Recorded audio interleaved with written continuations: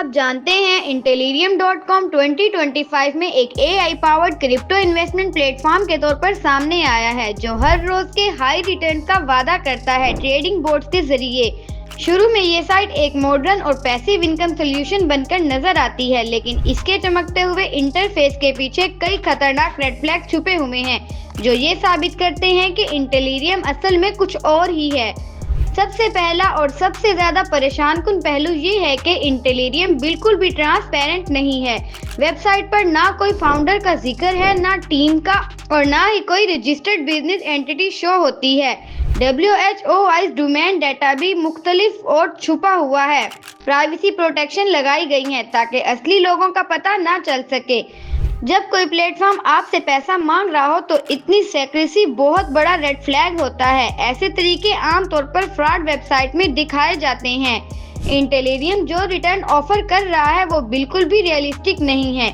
उनका highest tyre plan कहता है कि वो 2.1% डेली रिटर्न देंगे 40 वीकडे तक, जो कि एनुअलाइज रेट में 2100% से ज्यादा बन जाता है। आम सी कंपाउंड इंटरेस्ट कैलकुलेशन दिखाई है कि अगर आप $1000 लगाएं तो एक साल में $2 मिलियन से ज्यादा बन जाता है, जो कि किसी भी हालात में रियल एस्टेट, बैंकिंग या इवन क्रिप्टो स्टेकिंग से मुमकिन नहीं। ये सिस्टम एक टिपिकल पोंजी स्कीम जैसा लगता है, जहां लेगिट प्लेटफॉर्म जैसे कि बाइनांस और कॉइनबेस को हर महीने करोड़ों विजिट्स मिलते हैं, वहीं सिमिलर वेब के मुताबिक Intellium सिर्फ 10,000 के करीब विजिट्स लेता है, वो भी ज्यादातर पेड ऐड के जरिए, ना ही कोई अलेक्सा रैंकिंग। ये सब इस बात का इशारा देते हैं कि प्लेटफॉर्म का कोई रियल यूजर बेस नहीं है।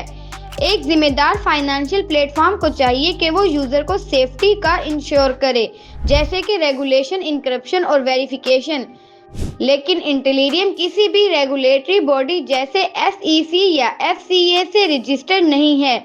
ये सिर्फ बेसिक HTTPS इंक्रिप्शन यूज करता है क्लाउडफ्लेयर के जरिए, लेकिन 2 फैक्टर ऑथेंटिकेशन, कोल्ड स्टोरेज या फंड कस्टडी का कोई जिक्र नहीं। इन्वेस्टर के लिए ये सब चीजें साइबर अटैक और थेफ्ट का हाई रिस्क क्रिएट करती हैं।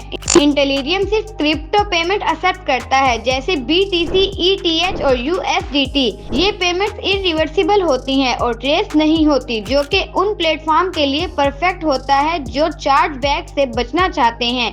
कोई बैंक या फेट का ऑप्शन नहीं दिया गया और ना ही KYC, नाउ यूर कस्टमर या AML, anti money laundering protocol का कोई जिक्र नहीं है।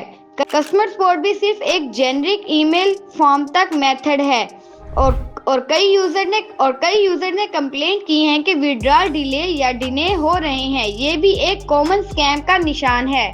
Intellium के बारे में इंडिपेंडेंट रिव्यू भी बहुत कम मिलते हैं। ट्रस्टपाइलट या रेडिट जैसे प्लेटफॉर्म पर कोई मीनिंगफुल फीडबैक नहीं मिलता, जो कि एक फाइनेंशियल प्रोडक्ट के लिए बहुत यूजुअल बात है। स्कैम एडवाइजर और स्कैम डिटेक्टर ने इस साइट को लो ट्रस्ट स्कोर दिए हैं।